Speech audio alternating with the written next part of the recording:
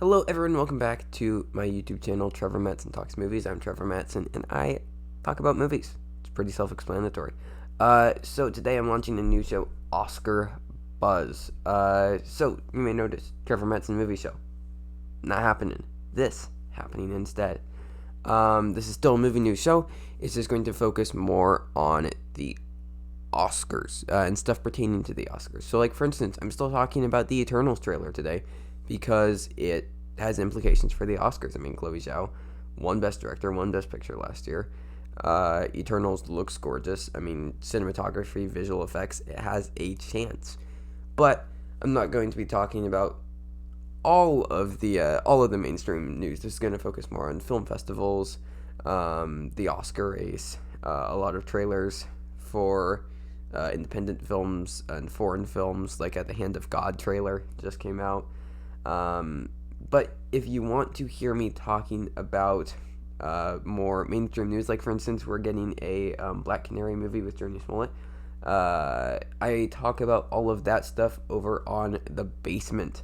You can find it. It's featured on my channel. It's a live show that I do every single week, Saturday at 7 Central with my amazing co-host, Mark Knopek. So you can find me talking news and reviews, and we do some games over there. But this show is going to be focusing more on the Oscars. So hope you enjoy.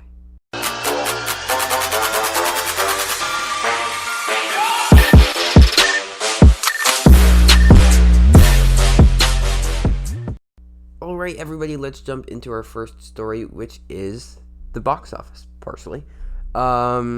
Still going to talk about the box office here because that can actually influence the Oscar race. A film being a crowd pleaser is very important in cases. You tend to see some crowd pleaser films getting up there, and it's also really important that high box office is paired with a high cinema score. And you know what movie did that? Respect. Respect so far is doing pretty well at the box office. 15 million domestically so far.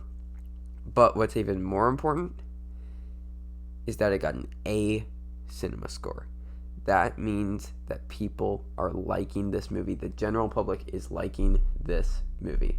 Now, critically, it's doing fine. It's not too high. I mean, it's a 67 on Rotten Tomatoes, which means that it is fresh.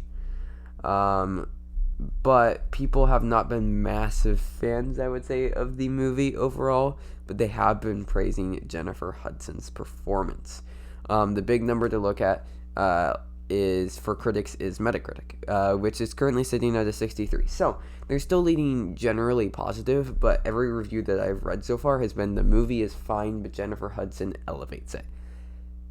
All signs are pointing to Hudson getting an Oscar nomination. It was probable before the film came out, but the A cinema score, the still generally positive reviews saying that Jennifer Hudson is great, just confirms that. I honestly think that at this point, Jennifer Hudson is a lock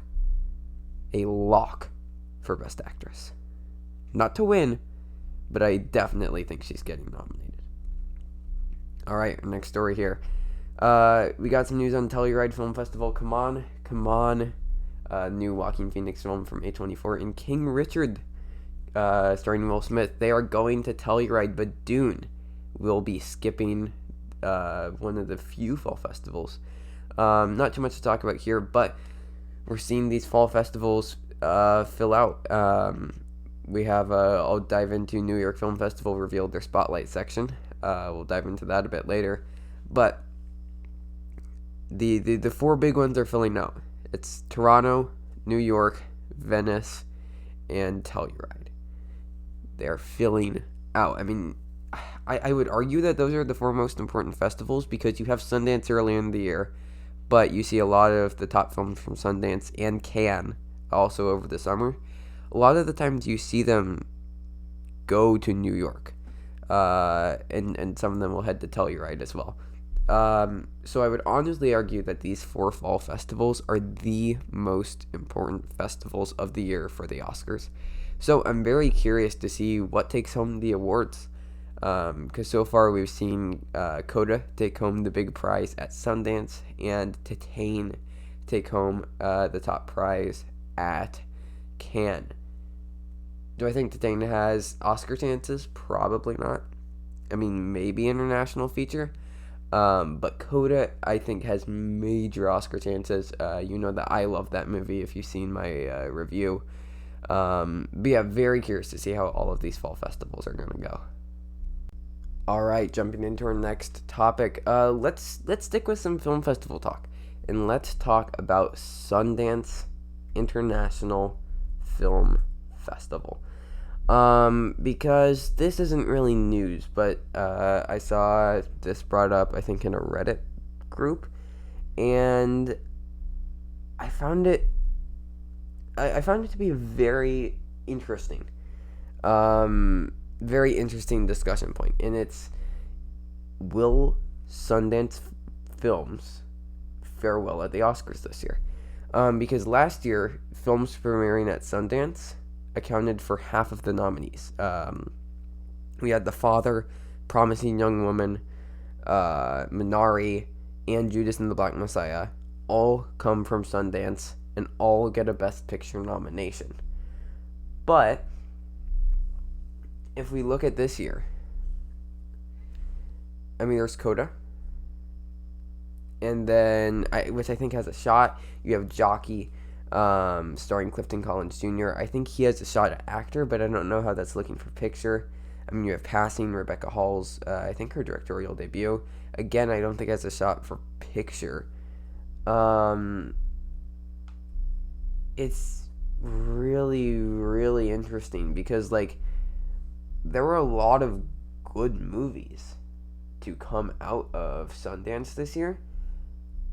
I just don't know how many have a shot at picture. I mean, you have Flea, the animated documentary. I would be shocked if an animated documentary gets in for Best Picture. I mean, reactions have been nothing but phenomenal for that film.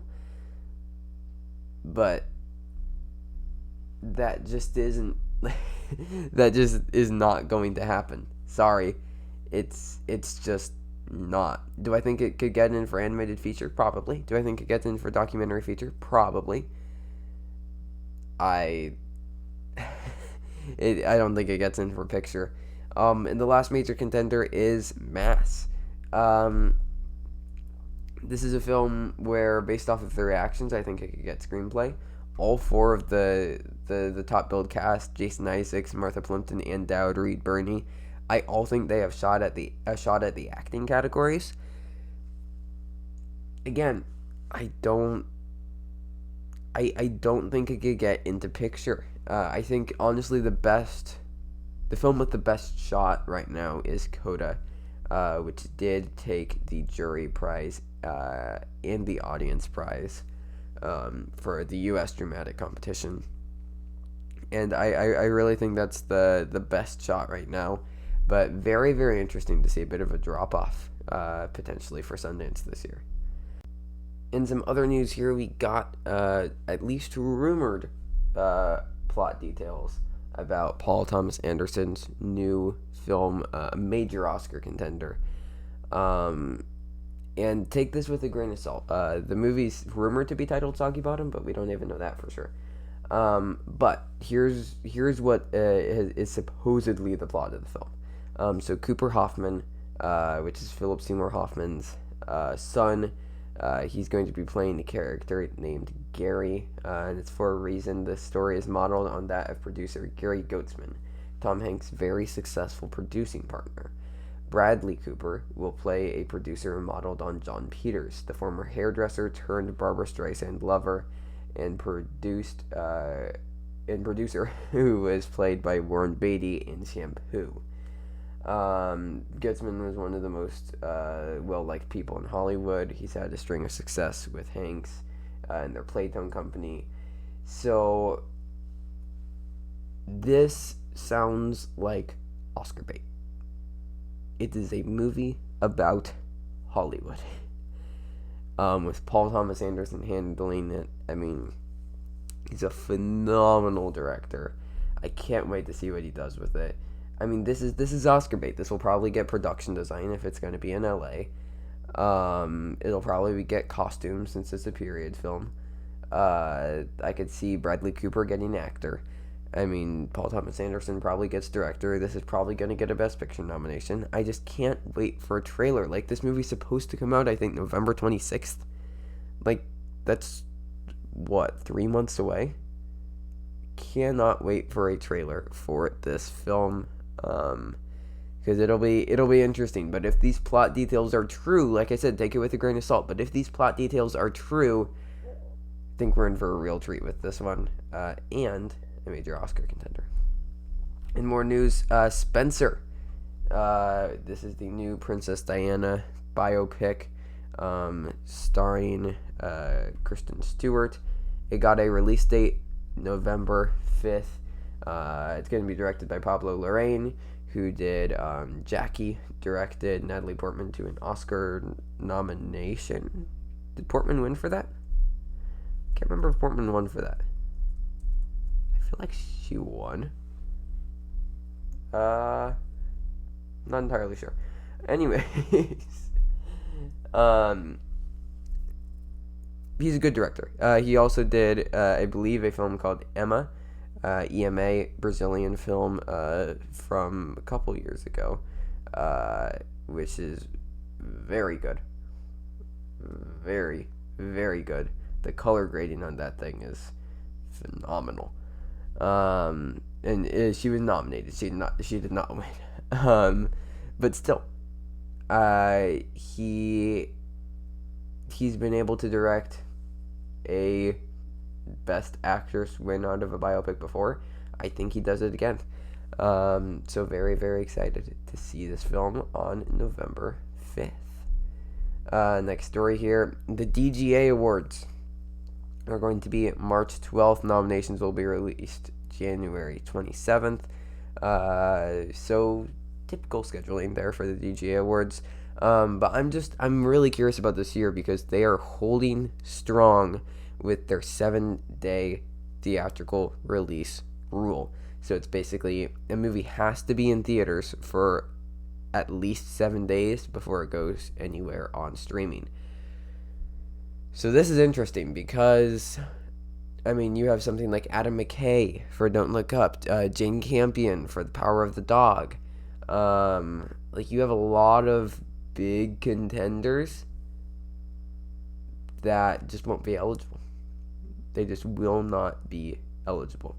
So very, very interested to see how this award season goes with a bit of a shakeup with the DGA Awards.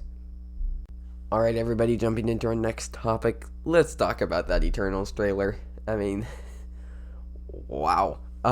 So visual effects, definitely, and cinematography, it's gonna be close. I mean, it's a Marvel movie, so like, I'm not sure if it gets in. I mean, I love Marvel films, but just like speaking from what the Oscars has done in the past, I don't know. Like, I don't think this will get costumes or anything. Like, all the stuff that Black Panther got, like, you know, looking at, like, costume design, production design, I don't know. I don't think it gets those. I think this has a shot in best sound, best visual effects for sure.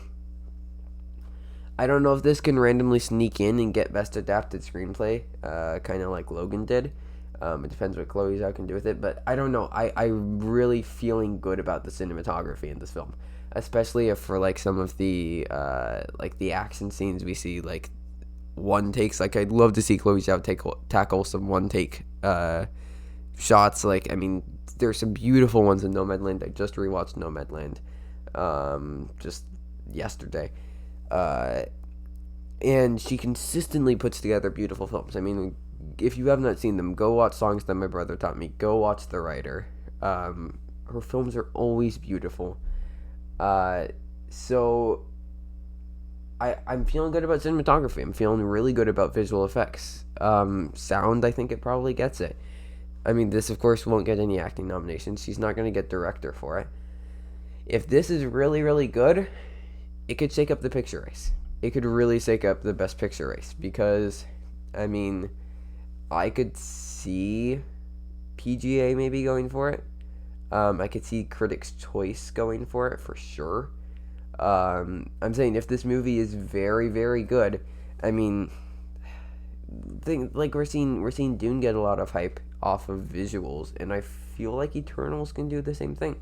They both have a beloved director behind it, but I mean, Chloe Zhao would say even more hype than Denis Villeneuve. Just as far as I think that she's more in with the Oscars. She's won. She plain and simple. She's won. So this trailer looks great, and I'm loving its Oscar chances, and also Celestials look freaking awesome.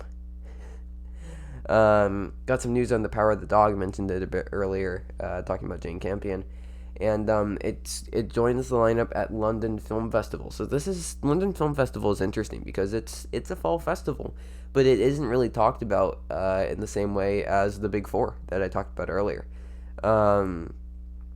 So interesting to see Power of the Dog join that lineup. It of course is also going to the Big Four, but we also did get a new image of Benedict Cumberbatch in the film, and this movie looks very, very gorgeous. Excited for a trailer.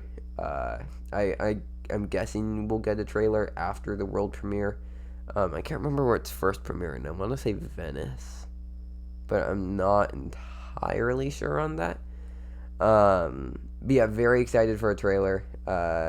Like if this movie, I think if this movie gets a picture nomination, which I think it will, I think that Jane Campion is the de facto front runner for director. I really think she is. And I'll have to see a trailer, but like Benedict Cumberbatch could absolutely be in for Best Actor. He also has Electrical Life of Louis Wayne. I'm not sure about that title. That movie, where that's also making festival rounds. So big year for Benedict Cumberbatch. It's funny. I feel like actors are like multiple major films in a year. I mean, we got Benedict Cumberbatch. He also had the Courier older this year. It isn't going to get any Oscar hype, but he has a great performance in that. Andrew Garfield with a lot of films this year. I mean, he's got Tick Tick Boom. He's got Eyes of Tammy Faye. He was in Mainstream earlier, which that was weird. But Tick Tick Boom and Eyes of Tammy Faye, I think he has a shot. Adam Driver. I mean, Annette. Oh, I loved Annette so much. I love Annette so much. I'll have a review very soon. Very, very soon of that. Also in House of Gucci. So big years for a lot of the leading actors. Specifically the leading actor contenders. But into our next thing, we got the teaser for The Hand of God, and I am hyped for this movie. I was very unaware of it prior to the trailer. Like I knew what it was. I knew it was an Italian film. I knew it was going to be going to Venice, but this trailer got me very excited. I mean, this is a Best International Feature shot. This is potentially a Best Original Screenplay shot. I mean, you know how the Oscars love to nominate foreign directors. I mean, it's happened the past 3 years. Cold War got nominated, and I'm not even going to try and... I think Paolo Lewandowski, I butchered that. The Cold War director. Of course, you had Roma, their win with Corone, and then you had Bong Joon-ho win. Like another round was nominated last year with Thomas Vinterberg. So like Paulo Sorrento, I think he has a shot, and Netflix can make that push. They're juggling a lot this year, don't get me wrong. I mean, they have Don't Look Up as well. They're going to have The Power of the Dog. But this is coming out. It's premiering at Venice. It's going to be competing for the Golden Lion. Then it's got the limited release late November, and then it comes out on Netflix December 15th. So that does make it DGA eligible. Yeah, I mean, just like it's about a kid who loves movies. I relate. The cinematography looks gorgeous. And yeah, like Paulo Sorrento looks like he's gonna direct the crap out of this, and I cannot wait to see it. And this kind of jumped out as a big contender to me.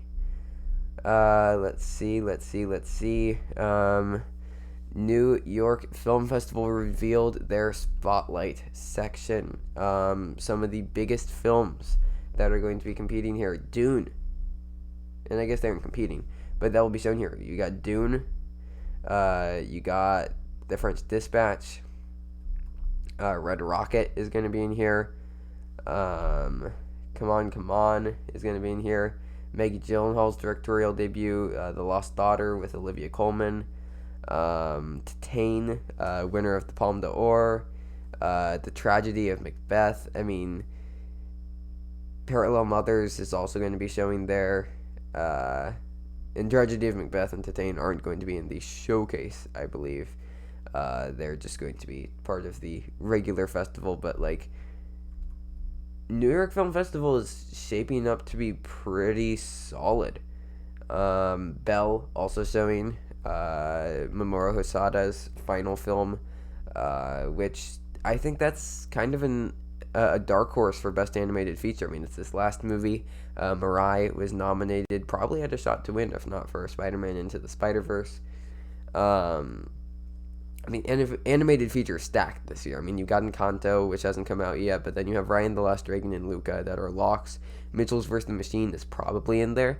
And then you have that last spot, which I don't know where that goes. I don't know if it goes to Belle. I don't know if it goes to Flea.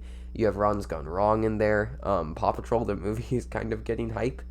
So it could go a lot of different places. It could really go a lot of different places, that final spot. Because I think top four, Encanto, Luca, Raya and the Last Dragon, and Mitchell's vs. the Machines. I think those four are pretty in there.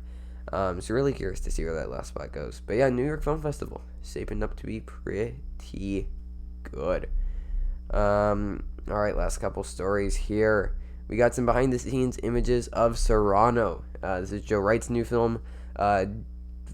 Didn't do great earlier this year with Woman in the Window. I like the movie more than most people, but I still don't think it's good, which is saying something. I mean, his direction was pretty bad. That wasn't at all what I liked about it. I thought that the production design was good. I thought Amy Adams was really good. I liked the cinematography. But yeah, the direction and screenplay were pretty terrible with that movie. So I'm excited for Serrano though. The behind the scenes images don't show much. I mean, some of them is just the crew playing Uno. But we did get to see some of the imagery, and it looks gorgeous. I think this is a musical. I know Peter Dinklage is leading the film. I think this is a musical. I think it is. Not entirely sure. But Joe Wright with his his last film before A Woman in the Window was Darkest Hour. The Winston Churchill film starring Gary Oldman. And that picked up picture. I think Oldman got a Best Actor. So like, Joe Wright is in now with the Oscars. Like, you kind of have to get that first one. You have to get that first one.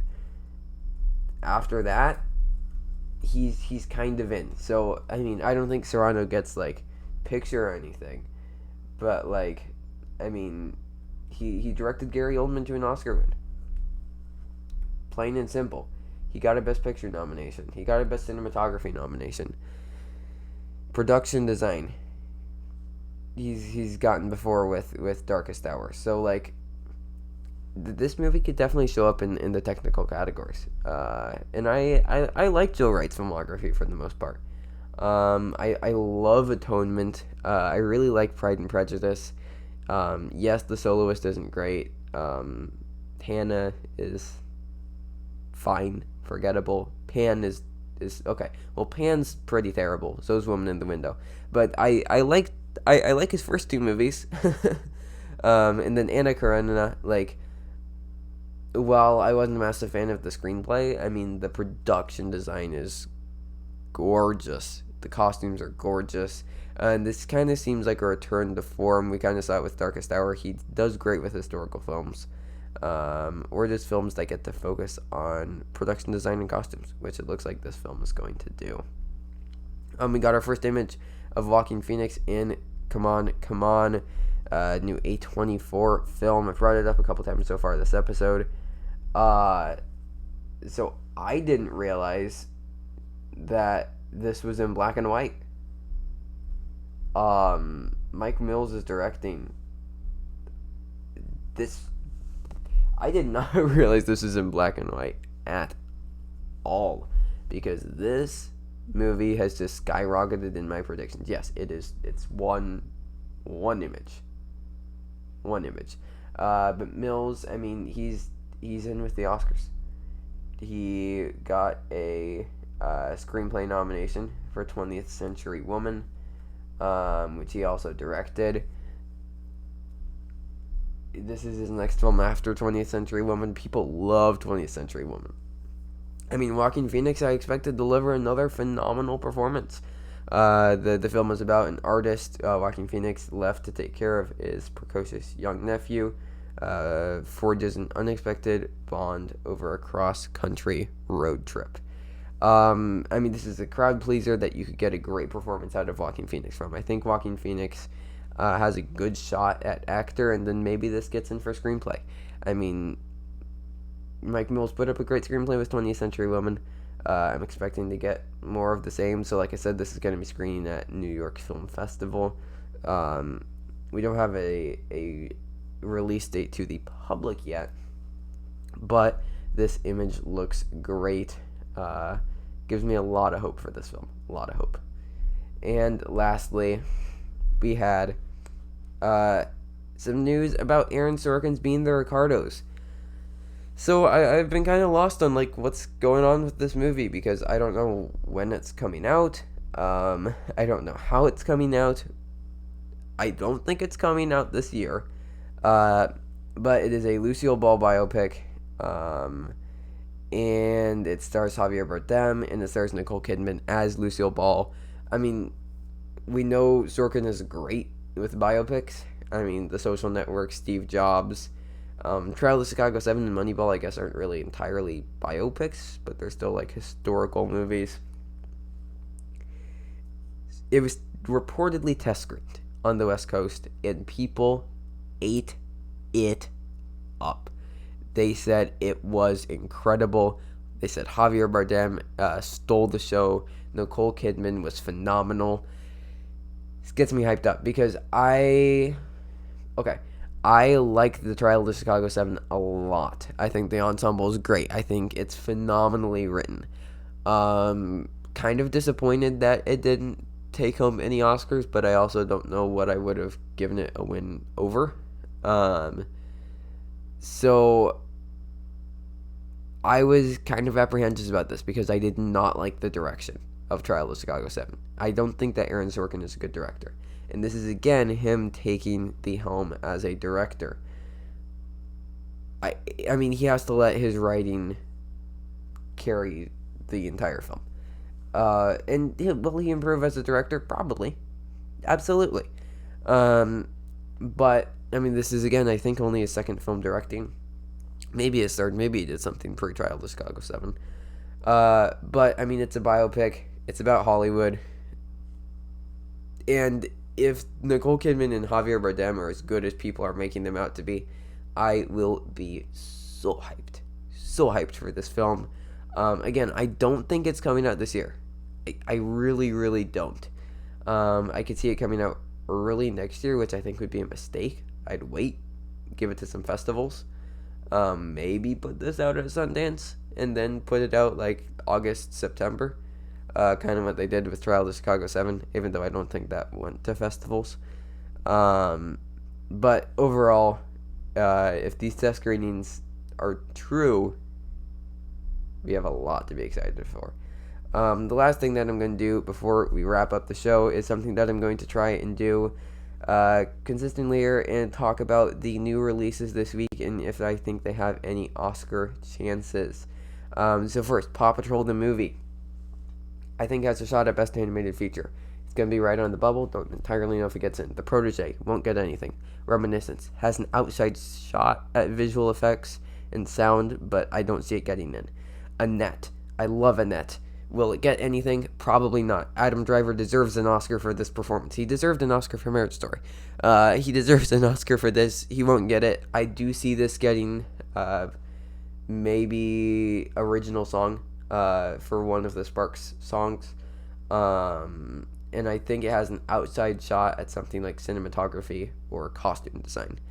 Crypto Zoo. This premiered at Sundance. I haven't gotten the chance to see it yet. It's out in theaters now. I'm very excited to see it. Shot at Best Animated Feature. This is another one of those weird picks that could slide into that 5th slot. The Night House. Maybe sound. Maybe The Night House gets sound, but it feels too weird for the Academy to even touch it with that. And those are my projections for the new releases this week. Go check out some movies safely. Check out movies safely. And we will be back next week, though. I'll have reviews of Annette coming. I have a review of Paw Patrol the movie coming. I'm probably going to be seeing The Protege and Respect very soon, so I should be able to get reviews of those out. But I hope you enjoyed this first episode of Oscar Buzz. It was a little long, yes. But I hope you had some fun with it. As you can tell, I like talking about the Oscars. So you can expect more of this every single week. You can follow me in Letterboxd at Trevor Mattson, on Twitter at Mattson, and you can find me elsewhere on The Basement. But until I see you again, stay safe, everybody, and goodbye.